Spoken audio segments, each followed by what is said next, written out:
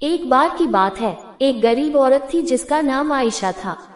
वह एक छोटे से गांव में अपने माता पिता और छोटे भाई बहनों के साथ रहती थी। उसके पिता एक किसान थे, लेकिन खेत बहुत उपजाऊ नहीं था और वे अक्सर किसी तरह का गुजारा करते थे। आयशा एक बुद्धिमान और जिज्ञासु लड़की थी। वह अपने आसपास की दुनिया के बारे में जानना पसंद करती थी।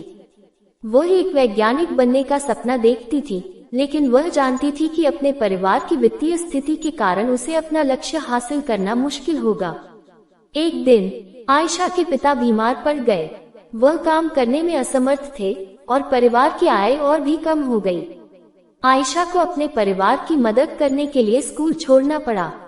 आयशा ने अपने परिवार का समर्थन करने के लिए कड़ी मेहनत की। उसने घरों की सफाई और खेतों में काम करने जैसे अजीब अजीब काम किए।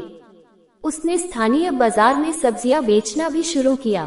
अपनी व्यस्त दिनचर्या के बावजूद आयशा ने वैज्ञानिक बनने के अपने सपने को कभी नहीं छोड़ा। वह देर रात तक पढ़ाई करती थी और स्थानीय पुस्तकालय से किताबें उधार लेती थी। उसने घर पर भी अपने स्वयं के प्रयोग करना शुरू कर दिया।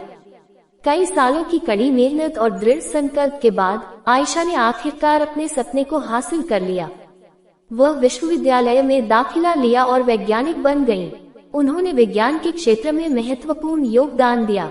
इस कहानी की सीख: आयशा की कहानी हम सभी के लिए एक प्रेरणा है। ये दिखाता है कि अगर हम अपने दिमाग में रखते हैं और अपने सपनों को कभी नहीं छोड़ते हैं, तो कुछ भी संभव है। ये भी दिखाता है कि हमारे जुनून का पालन करना महत्वपूर्ण है, भले ही यह मुश्किल हो।